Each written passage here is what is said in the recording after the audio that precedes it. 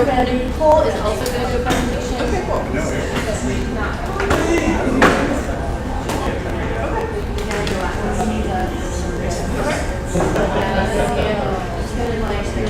All right.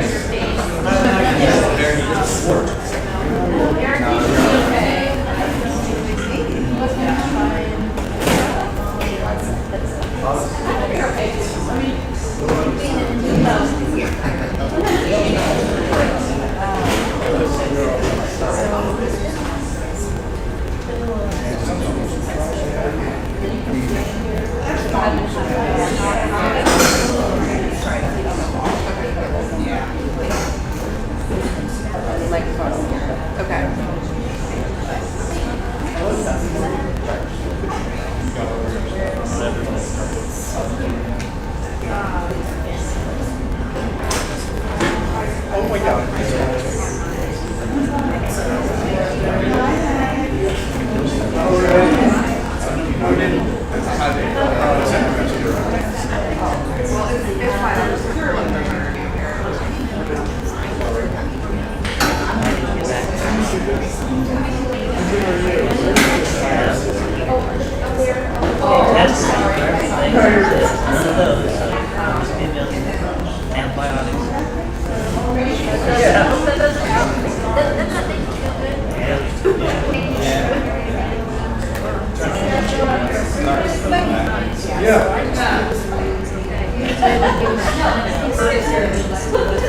Unless you want us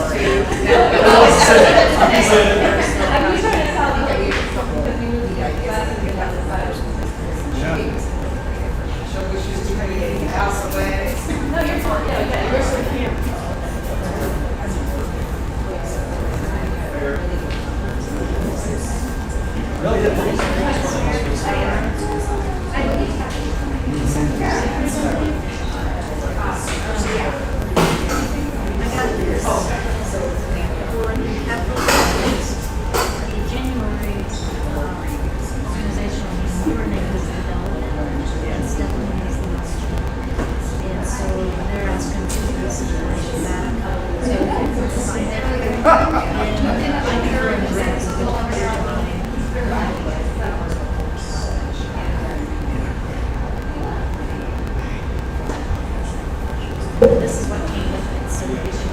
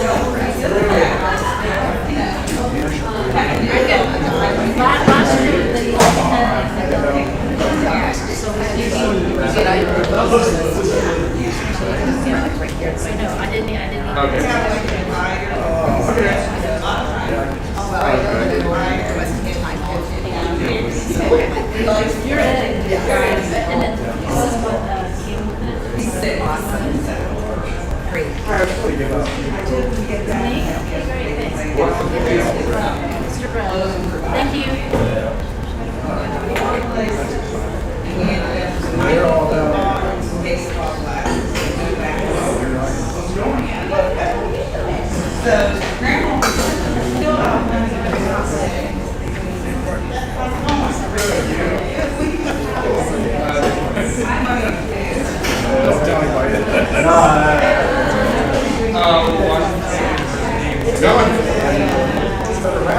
A little bit better.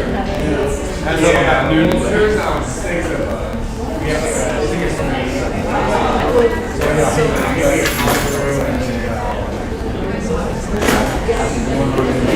yeah. What's that? Really nice. You know, I want to gavel up my like 10 minutes. I'll live. Let's say you live and learn. My wife's like, I'm not sure you're going to learn. But, all right, sure. You always do better. That's right. finally got did it, you might consider a range of motion.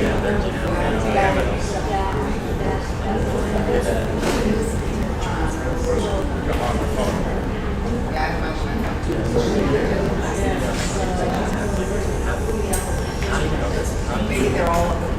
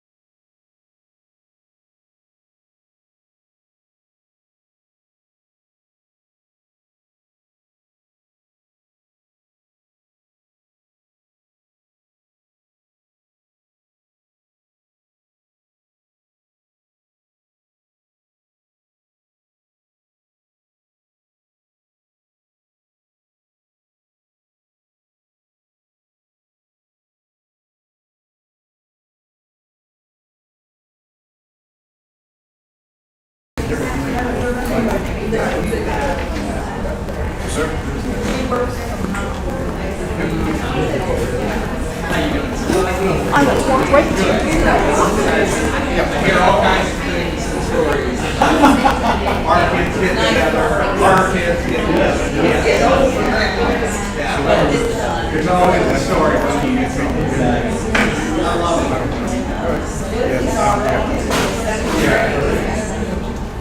No, just kidding. They're down there. I did know say that. I didn't know that. Yeah. So, yeah, I think they're down a little. That's somewhere. Yeah, I went there Saturday and Saturday. There we go. 2.5 hours. You guys I did. I just heard you. Yeah. I'm going to come up here real quick. Hey, Mike. Michael. Yeah.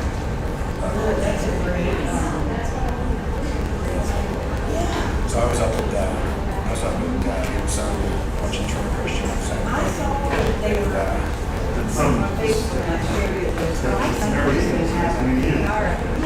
We are on in about review.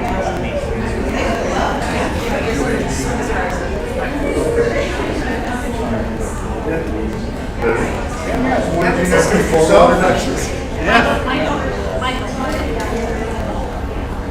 our student representative. Oh, yeah, congratulations. Wait, I can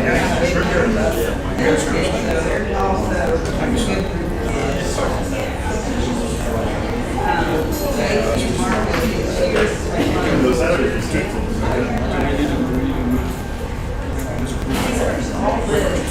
There you go. Then we'll go up to that.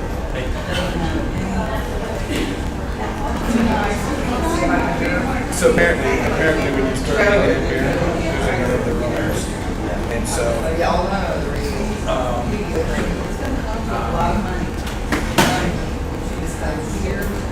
I'm right. Well, it's not that. It's fire. You call it neuropathy, I call it fire. Yeah, and so, that's what I heard. And, they're good news. So they, so I just picked up the well, all I know is I wasn't up to before. That doesn't like before I go to switch.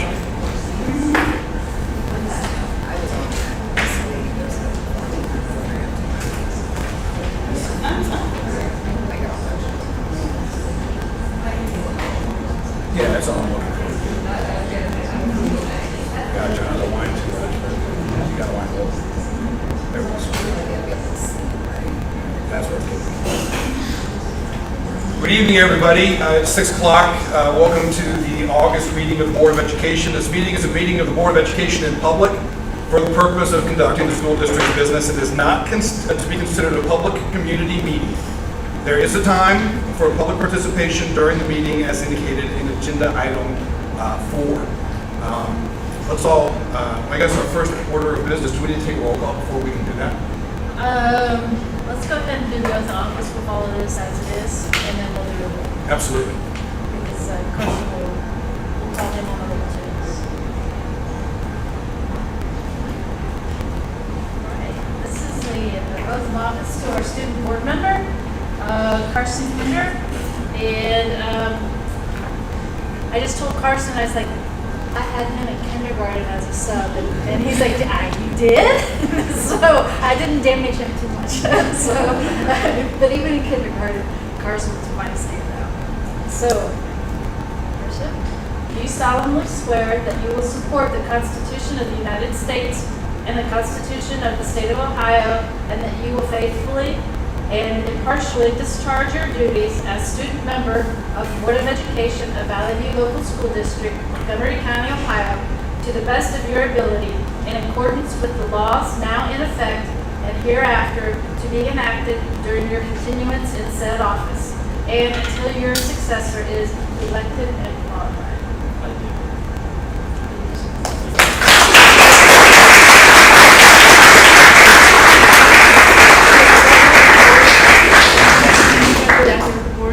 We'll just get a real quick. The rest of us?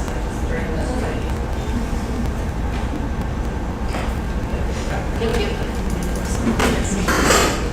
Valerie, would you please call the roll? All right. Mr. DeBrow. Mrs. Isaac. Here. Mr. Rudd. Here. Mr. Skidmore. Here. Dr. Smith. Here. Mr. Kinder. Here. Let's all stand for the Pledge of Allegiance. I pledge allegiance to the flag of the United States of America and to the republic for which it stands, one nation, under God, indivisible, with liberty and justice for all. Roman numeral number 4A, presentation and discussion. We have a presentation by Mrs. Berry on behalf of the Valley View Education Foundation.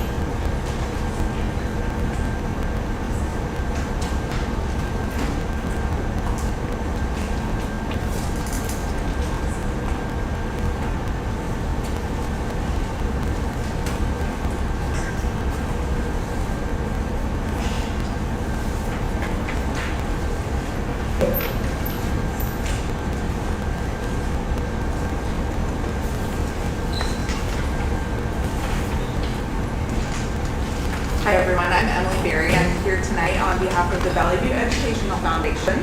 Our overall goal is to align the philanthropic desires of people in our community with the needs of Valley View School District. You can see our purpose statement up here on the screen. We have a local board of directors, and our fund is housed within the Dayton Foundation's endowment. As the foundation gets started, the building project presents us with a real opportunity to generate private support of the school district in additional ways to enhance the facilities in ways that are not provided by the OFCC or through LFIs. It also provides us with an opportunity for donor recognition within the new facility, enabling the community members to show their support of and their pride in Valley View Local Schools. We'd like to have general recognition in the building such as this, and we'd also like to provide the opportunity to name spaces within the building as well. Have the Bob Skidmore math room or the Rudd family vocal studio, something like that. We've identified 115 spaces within the new facilities that could be potentially named by private donors. This is something I've discussed with Mr. Schaller, and I'm happy to answer any questions from you tonight or going forward. My contact information is on the sheet that you have, and the other board members would be glad to Tommy's here tonight, we would be happy to answer any questions as well. Any questions this evening, or? I'm sorry. I'd be curious, can we get just a listing of kind of what we have in mind in terms of the number? You said 100. Yeah, absolutely. I'd just be curious to see what those are, and Sure. Do we also have a timeline for when we'd like to, try to roll out something like that? Yeah, so ideally we would like to have this in place when the building is ready to be unveiled. So we would align with that timeline as well. Sure. And will the naming opportunities and different spaces and stuff, will that list be available on the website, or how will people, other than Tim asking for it? Right. So that is that's a good question too. There's a list that we have with some potential square footage along with what amount might go along with that. It's not it's just a Google Doc right now, not really set up for public consumption. I'll send that to all of you. But once we do have the go ahead and we're ready to move forward with it, we will put that on. There's a foundation part of the Valley View website already that we can have that there. And then we also intend for the board members to have private conversations with community members as well. Thank you. Thanks so much. Thanks so much. Roman numeral 4B, we have time for public participation. I will take them in the order that they're set in front of me. Ms. Melissa Shirley.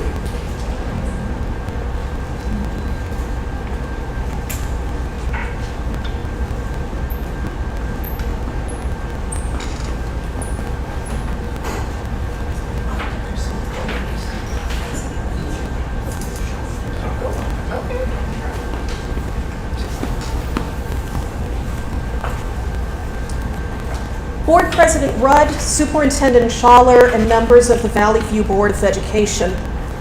My name is Dr. Melissa Shirley, and this month I will begin my 7th year of teaching science at Valley View High School. I returned to the classroom from other careers in education so that I could have a direct impact on the lives of students. I have grown to love our students. In fact, earlier this year, I informed Principal McKee that I consider many of our students to be my little ducklings until they're in harm's way, at which point you'll see me become Mama Bear. In the nearly 25 years since I started my career in education, I have become increasingly aware of how frequently organizational systems, including schools, marginalize individuals who present in ways outside the local norm.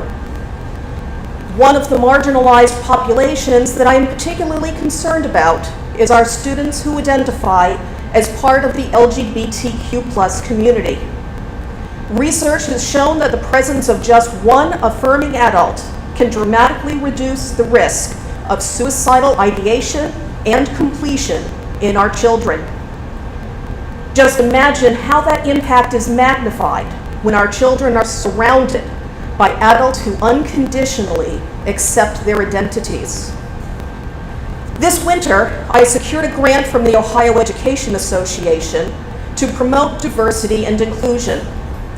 My project is to increase acceptance of LGBTQ+ students at Valley View by working first to build capacity among staff, then provide microgrants to participating staff for them to implement an idea from our study in their workspace, classroom, or school buildings. About a dozen staff members from Valley View Junior High School and Valley View High School have joined me this summer for a voluntary book study and discussion group. At our meeting on Monday, July 18, we found ourselves compelled to share our learning. We decided to ask you to read this short book and used some of our grant funds to purchase a copy for each of you. The book is titled Read This, Save Lives, and was written by 16-year-old Samir Jha, who identifies as queer and transgender. It is essentially the book that he wishes his teachers had read while he was being tormented in elementary and middle school. The book provides an overview of the problem of bullying in schools, explains the basics of LGBTQ+ identities, and suggests specific actions that we can take in our classrooms and schools to improve the experience of marginalized students. I ask that you give serious consideration to spending time with this brief but powerful text. I am including the chapter discussion prompts that I wrote to accompany our study in the hope that you will find them useful in guiding your reading and reflection. I am available in the future for questions or future discussion. Thank you. We have and I apologize, and I'm having a difficult, I'm going to butcher this first name, L-A-T-H-E. How do I say that? Mr. Snyder.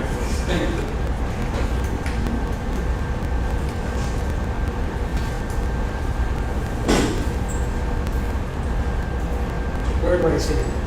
Close to that microphone as you can. Yeah, you can on the other side. That'd be great. Thank you. Everyone gets my name wrong. I So that apologize is fine. anyway. That's quite, I appreciate that. President Rudd, members of the board, thank you for this opportunity to speak. My name is Leif Snyder. I'm a licensed social worker employed by South Community. I provide mental health services in the district, mostly at the high school. I'm here tonight with my agency's knowledge and permission, but I speak only for myself. Much has been said, and will be said, about LGBTQ plus students in the district during this year, on social media, and now in this meeting. I wish to focus on two related points.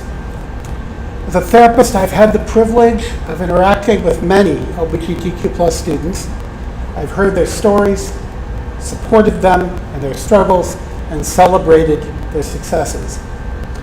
This personal experience confirms what is clearly indicated by solid research. Rejection and marginalization in school has a devastating effect on them, as it does on all students. There is a direct, traceable line from this rejection to LGBTQ youth suicides. This will be the outcome if the response to LGBTQ lives in our classrooms, advocated by some who have been part of this discussion, prevails. It will cost lives. A supportive approach will save lives. Research bears this out, research that can be easily accessed with a few minutes on Google. I have a pocket full of business cards. Happy to discuss this issue or this research with anyone who would like to contact me. And I'm going to leave them here. Now for my second point. Like President Rudd, in addition to my day job, I am an ordained minister. I have 2 degrees in theology, so I have some idea what I'm talking about here. And it is from this experience I would like to make my second point. Religious belief has formed a significant part of the discussion about this issue, especially on social media. And this discussion has often assumed that religion in general and Christianity in particular speak about this issue with one voice. This is not true. There are Christian people, Christian congregations, Christian denominations that fully welcome LGBTQ people, both in marriage and ordination. 3 such denominations have congregations in this community, and there are many more close by. I don't really understand why religious doctrine should play any part at all in discussions about public school policy. But if it's going to, the diversity of this doctrine cannot fairly be ignored. Thank you. Thanks, sir. Lastly, we have Maddox Cradle.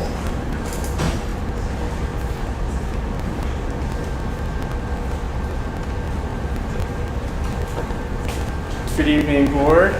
It's good to see you all again. I'm Maddox Cradle, as you all know, and I know that before I was behind the desk. Today I'm in front of you as a member of the community, and I wanted to thank all of you for, because I didn't get a chance before I was off of the board, because I missed the last few meetings, but I wanted to thank all of you for the time to offer my feedback on a number of different issues and to provide a student's perspective on a number of issues. So that was a very valuable experience for me, and I hope it was valuable for all of you as well. So thank you for that. Now, I'm here to kind of piggyback off what the last two speakers spoke about. I'm going to be focusing more on the growing calls to ban books or lessons or any other school assignments that have references to the LGBTQ community, because I'm seeing this happen both in our community and across the country, especially on social media, on sites like Facebook. Now, these people who are calling for these changes, they may be limited in number, but they're getting louder. And so I think this is it's a classic example of an instance in which we fear what we don't know. And so I wanted to take the time to maybe offer a little bit of clarity and to provide a alternate perspective so that we can clear some things up and nip this in the bud before it gets a little too far and we have board action on something that could have adverse effects. So first of all, one thing that we all need to keep in mind is that lessons or references to the LGBTQ community are very few and far in between as it is right now.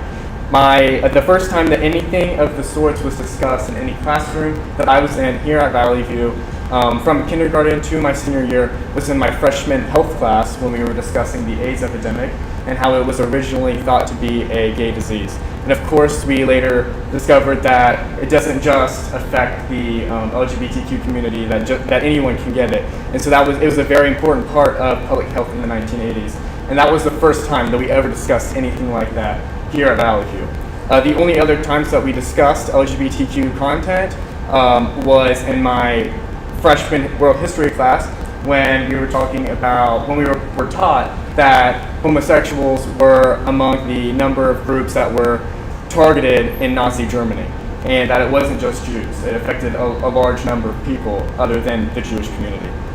And also later that year when we were talking about World War II and the contributions that Alan Turing had in the war effort and how he was later outed and convicted of being gay because that was a crime in Britain, and he had later committed suicide because of it. So we're talking about a number of instances that can fit on one hand from my time here, from kindergarten to senior year. So if you have community members in your ear trying to tell you that we have teachers that are trying to subvert the minds of our kids and indoctrinate them with a leftist agenda, that just isn't happening.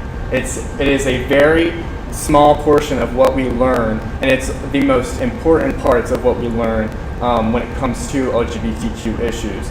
So it's not something that, like, you're in third grade and you learn how to spell cat or whatever, and then they say, here's how to change your pronouns. That's just not happening. But people will try to paint it out to be like that, but it just doesn't work like that.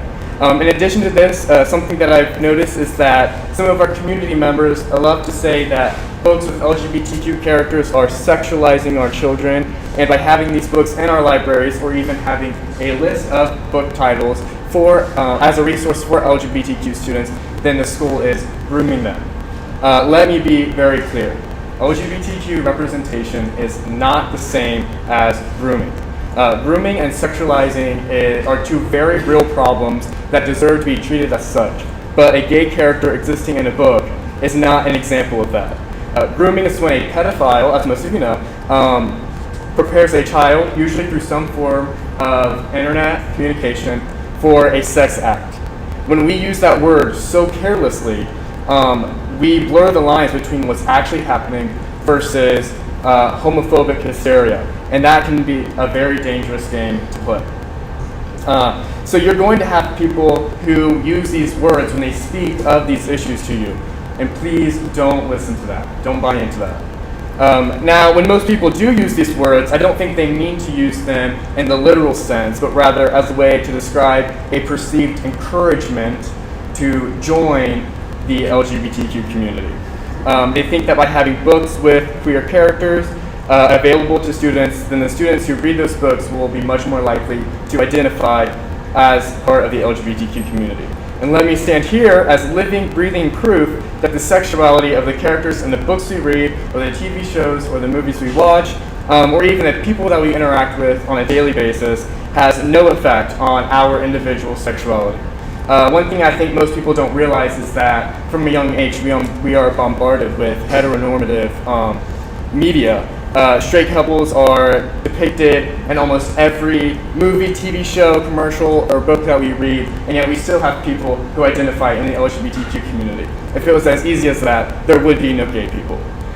So I just want to make sure that this isn't looked at with a big overgeneralization, or that we think that that offering these resources to students who need them most, to our most vulnerable students, I would argue, we are trying to change who they are. That's not happening.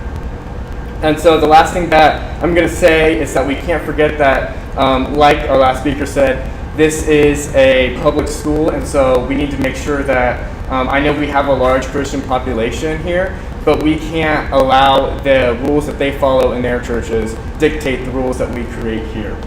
This is a public school. The overall goal, I think that we can all agree, is that we want to teach students to be productive members of society, and we prepare them well enough for when they graduate to, whether they're entering the workforce or going to college or going to a trade school, they are well equipped to do that successfully.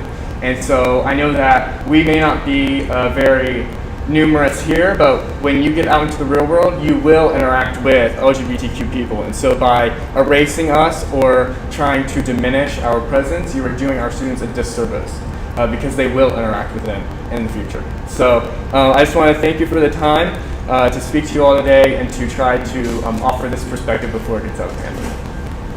Amen. Roman numeral 5, approval of the minutes for the regular board meeting of July 11th, 2022.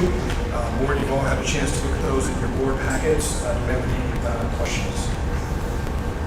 Someone like to make a motion that we approve the board minutes from July 11th, 2022? So moved. Do we have a second? Second. Discussion? Please call the roll. Mrs. Eisner? Yes. Mr. Rudd? Yes. Mr. Skidmore? Yes. Dr. Smith? Yes. Roman numeral 6, building project. We have an update from Robbie Wilson from Concord.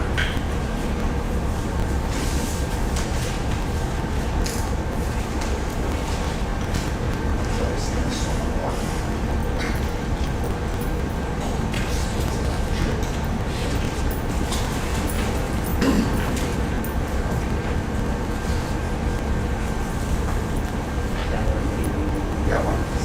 Thanks, sir.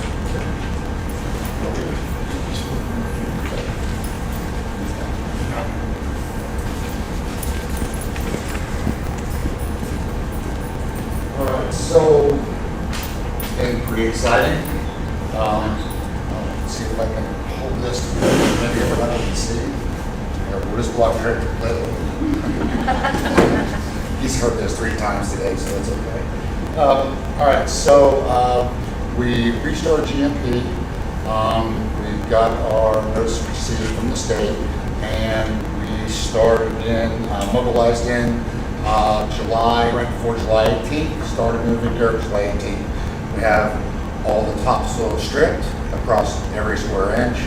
Our security fence is up.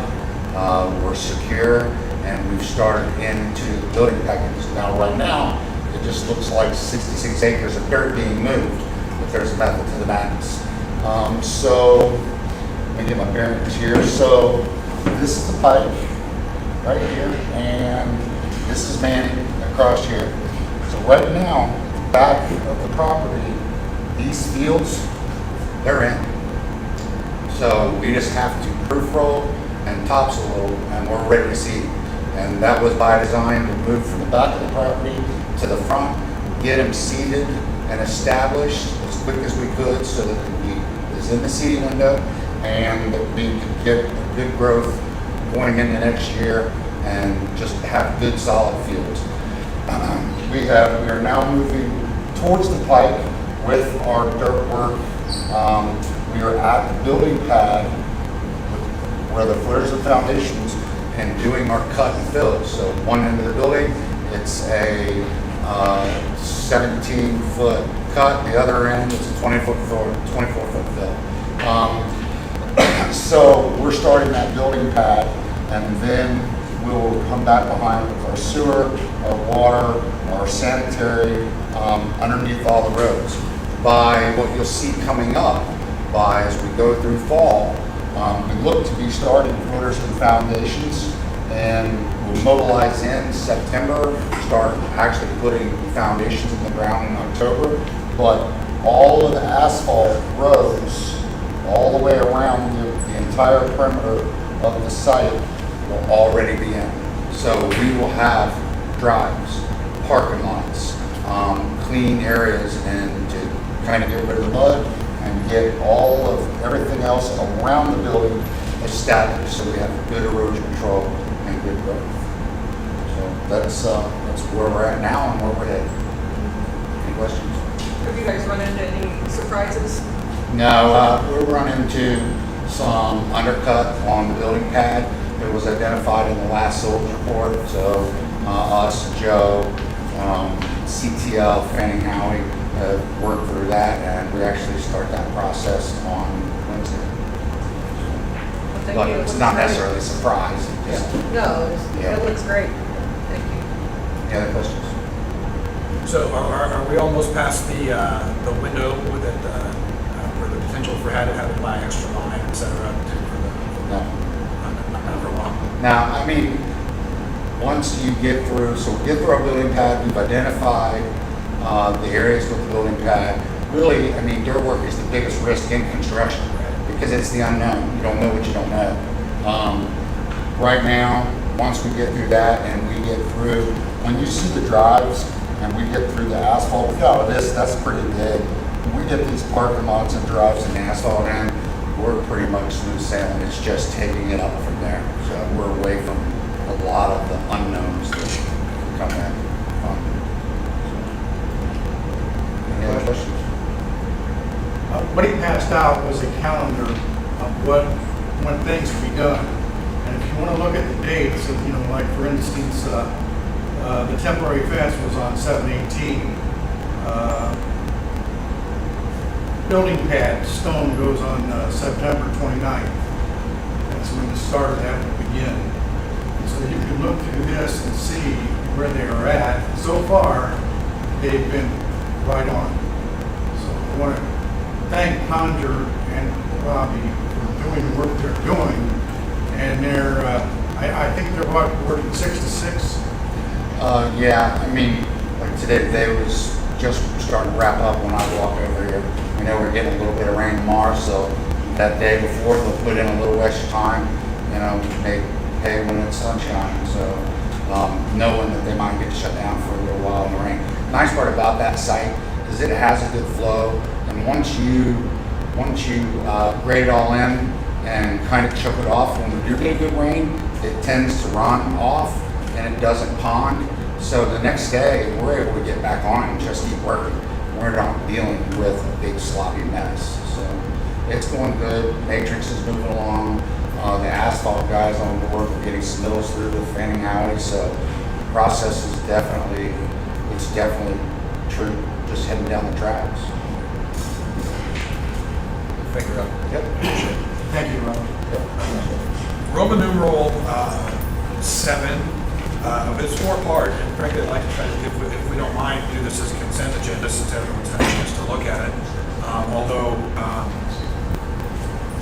Joe, do we need to do that by motion to take it as a consent agenda, or do we need to do it one at a time? Just go ahead. That's what I thought. Although I do think everybody's had a chance on the board to look at these documents. I do think there's probably some explanation needed on Roman numeral 7B with the capital projects fund. And frankly, obviously, anybody wants any other explanation as to anything else. But Valerie, could you speak to 7B? Sure. This is a resolution. We are planning to sign the building GMP in September. In order to sign the building GMP, the state requires us to be able to fully show in particular funds that we have the money to pay for our construction project. Well, we know with the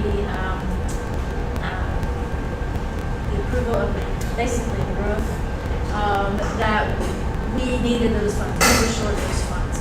So what this allows us to do is to be able to move, you guys will be authorizing moving money from the general fund into these construction fund in order for us to sign the GMP and not slow down the project.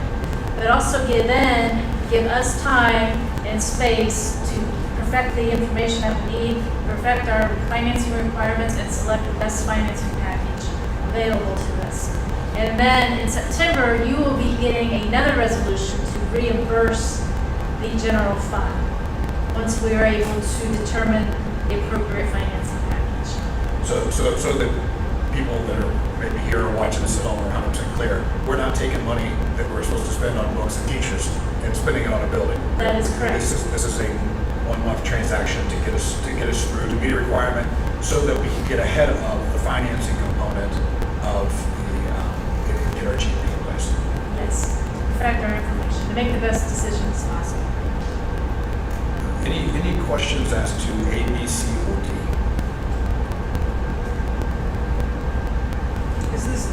Is this district tuition rate based upon the new funding model? It is determined by the state. Someone like to make a motion that we approve all items in Roman numeral 7, that includes A, B, C, and D. So moved. Do we have a second? Second. Any discussion? Would you please call the roll? Mrs. Isaac? Yes. Mr. Rudd? Yes. Mr. Skidmore? Yes. Dr. Smith? Yes.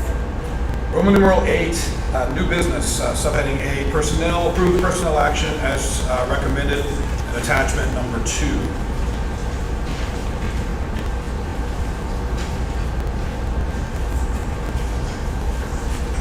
Everyone's had a chance to look at that.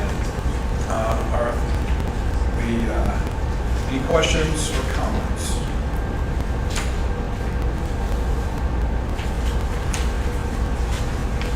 This includes the attendance issue, Valerie? Yes. Okay, all right. Someone like to please make a motion that we approve personnel action as presented. So moved. Do we have a second? Second. Would you please call the roll? Mrs. Isaac? Yes. Mr. Rudd? Yes. Mr. Skidmore? Yes. Dr. Smith? Yes. Roman numeral 9, superintendent's comments. Nicole, would you keep ready? Yes. Nicole is the curriculum director for the district, and I'm going to have to say a few words before I finish my comments. That's all right. Absolutely. I was almost off of them.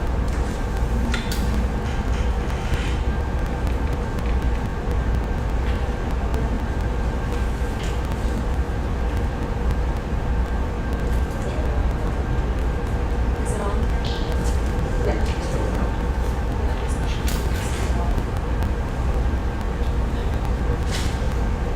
I will be quick. This, I think, is one of our record times for meetings.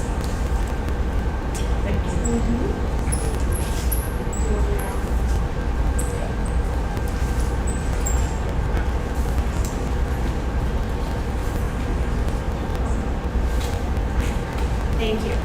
Well, thank you. I just wanted to take a few minutes to explain our district test scores that came in spring.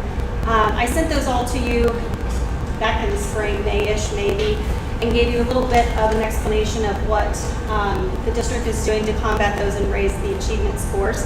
But wanted to just give a little bit more detail in those. And I don't think I had the language arts scores when I sent this to you either.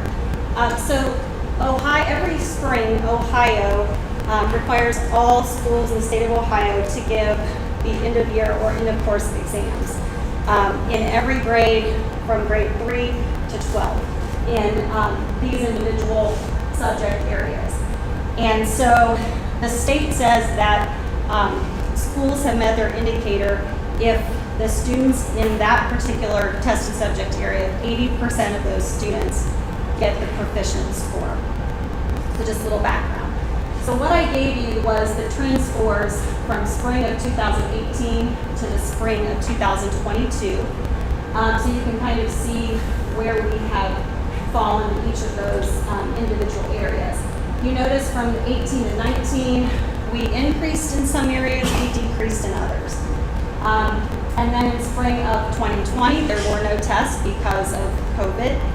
2021, That school year still was affected by the virus. We had kids that were remote. We had kids that were here 2 days a week, out 2 days a week. It was a mixture of instruction. So the state really predicted that all schools were going to decline in their percentages of proficiency in 2021. But what we didn't predict were the decreases in most of our subject areas in 2022.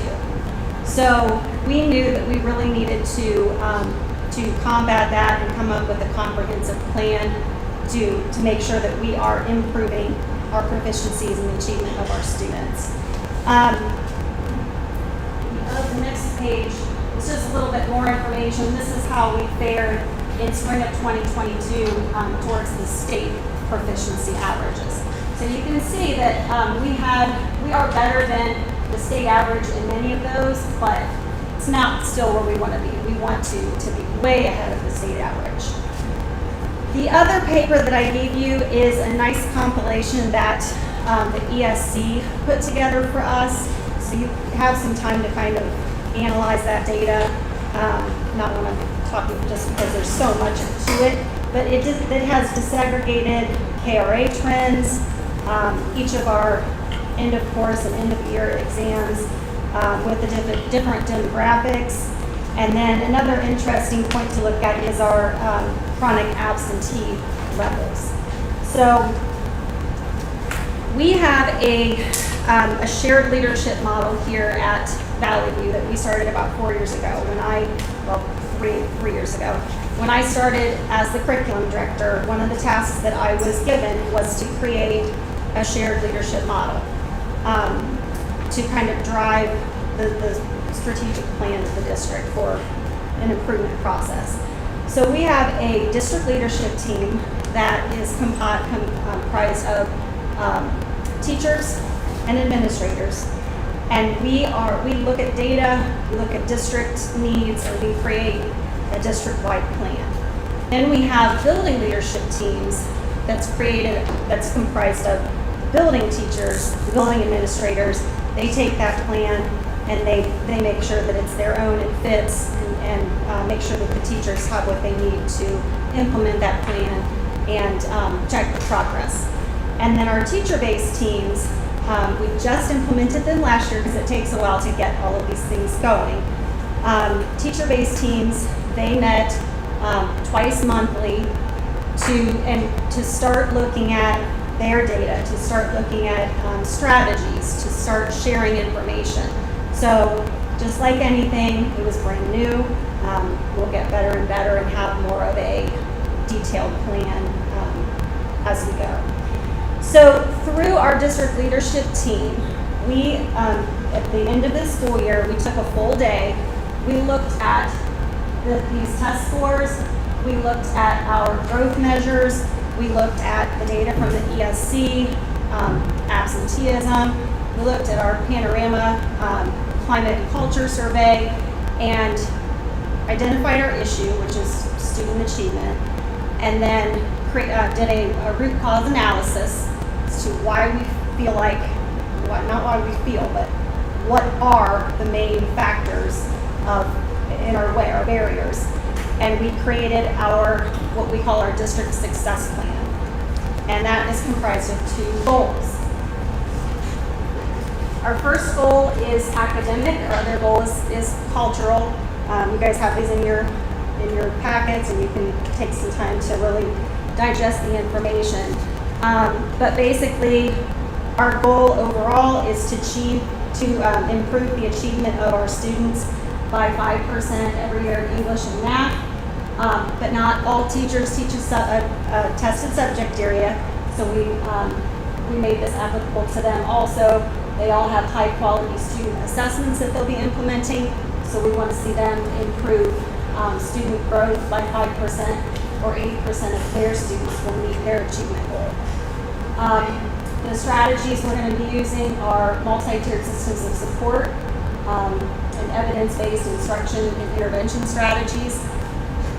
And then the adult and student performance indicators are what the adults will be doing and what we expect students to be doing. And we'll use those to check to see if we're meeting our goals. The other two pages are action steps. So that is just what are we going to do to hold ourselves accountable to make sure that the teachers and students have what they need to meet these goals. Just some highlights on our action steps. We've got pages there. Professional development on evidence-based intervention strategies. In the teacher-based teams, they'll be collaborating in grade levels and subjects to analyze data. Making sure core materials are implemented with fidelity in math and reading. Revisiting pacing guides and essential standards. We're implementing a new screener at the high school to inform intervention because right now our screeners only go up to 8th grade. And then we also, as you know, hired 1.25 literacy coaches to implement new phonics curriculum, explicit teaching strategies, and to help us meet those dyslexia requirements. And then our second goal is a culture goal. We know that students can't learn if they're not in school or if they don't want to be there. So we want to make sure that we're providing a school environment where kids are thriving. So our goal was to show a 5% improvement in each of those areas: school climate, relationship, sense of belonging, and value in the school, from one year to the next on our culture and climate survey that we give to our students. And then our strategy is implementing multi-tiered systems of support, and in this goal we're focusing on social emotional learning, PBIS, and interventions.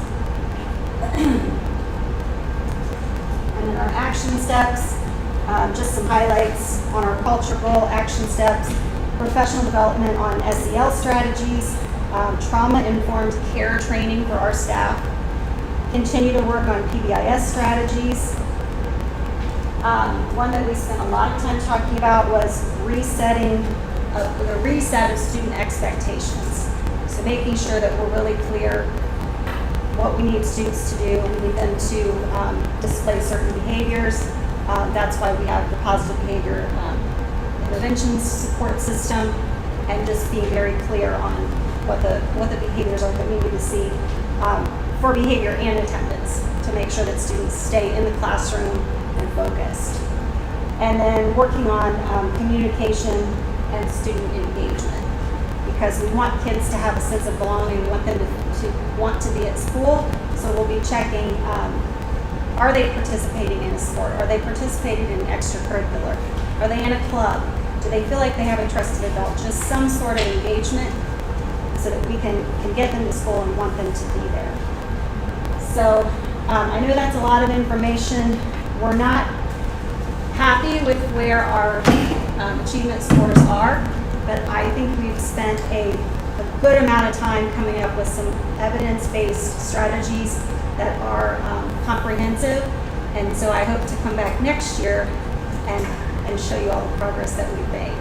So if you have any questions after looking at that data, please feel free to contact me. And that's all I have. Thanks. I'd like to introduce the new athletic director. People who haven't met him yet, Michael Tracy. He's standing up. He's the new athletic director.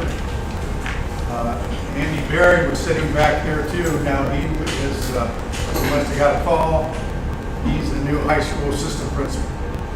I think everybody knows him. He's been there for 26 years. And I know the high school is excited about that. So the other comment I have is Eric Pugh sitting there. I'd like to thank him and his staff. They've done an excellent job of getting the buildings ready. If you walk out the door and you look at the terrazzo floor, it's beautiful. It's shiny and the way it should be. They've worked hard all summer long to get the buildings ready for start of school. His maintenance crew is continually working with everything. So Eric, we thank you and your crew for what they're doing this summer.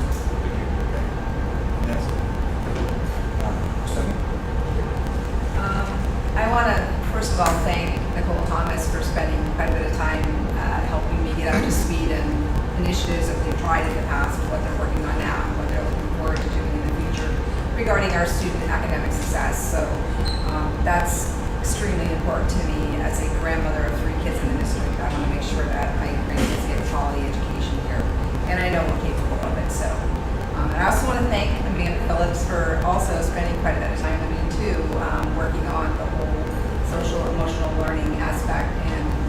And our community was rocked with the loss of Dylan. And I work at Naked Children's, for those of you who don't know, and I do see a lot of children, very broken children, who are bullied, part of the LGBTQ plus community, and just other kids who just don't have a trusting adult or somebody who's really working in their favor.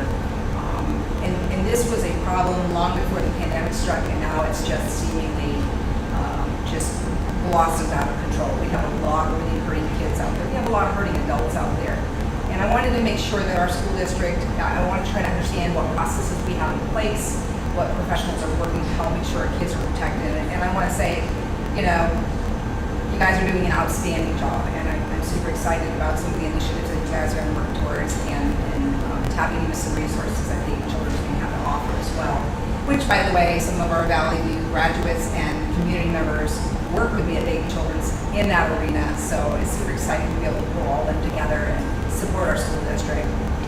Super excited for Joni Sears being our community gem for Dayton Daily News. She's awesome. Really, really happy for her. And then John Gilbert, winning the National Proficiency Finalist in Ag Science for FFA. It's pretty awesome. Pretty excited for him. So, and I want to encourage all of you who maybe aren't familiar, going back to the mental health piece, if you're not familiar with what to do if you come across somebody who may be considering suicide, there is a QPR gatekeeper course that you can take. It's free, it's online, it takes 60 minutes. It helps you to be prepared to what to say and how to get that person the help that they need. And I know that Children's offers it for free, and I think Amanda Phillips is going to work with the team to see if we can't get some of our parents and community members access to that too, so that they can get trained. Everybody needs somebody in their arena, and any loss, whether it's an adult or a child, it's devastating, and our community doesn't need any more of that. And so I really want to make sure that people are equipped to help those who need help.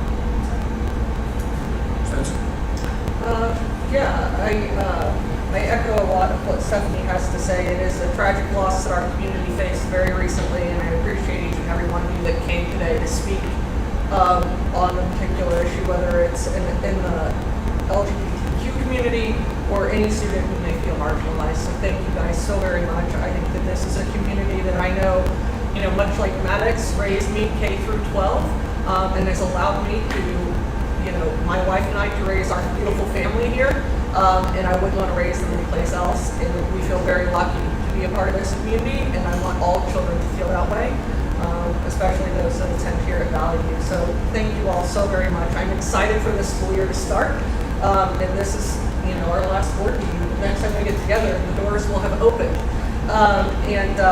just watching all the progress that happens there next door. Every time I drive by, something else is happening, and we have a lot to be excited about.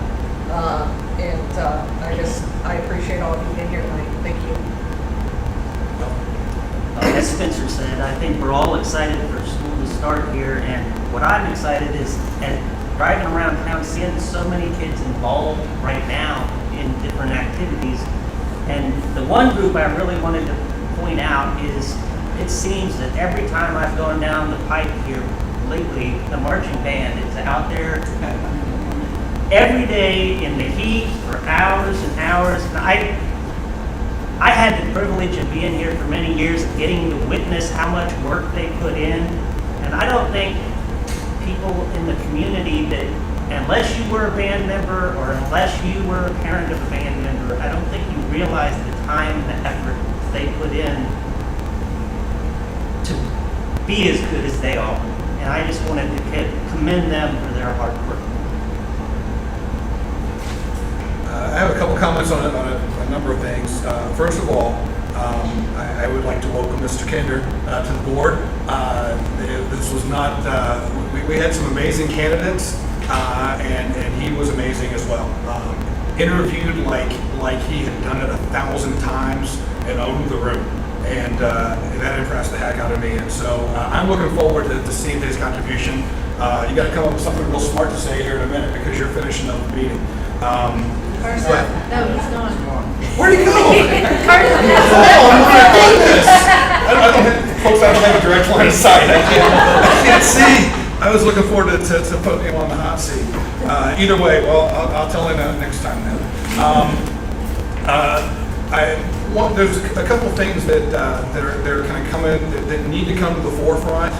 One thing that I'm very excited about is Mr. Scholler. You'll be meeting with Mike DeWine's office this week. Is that coming up on the 11th?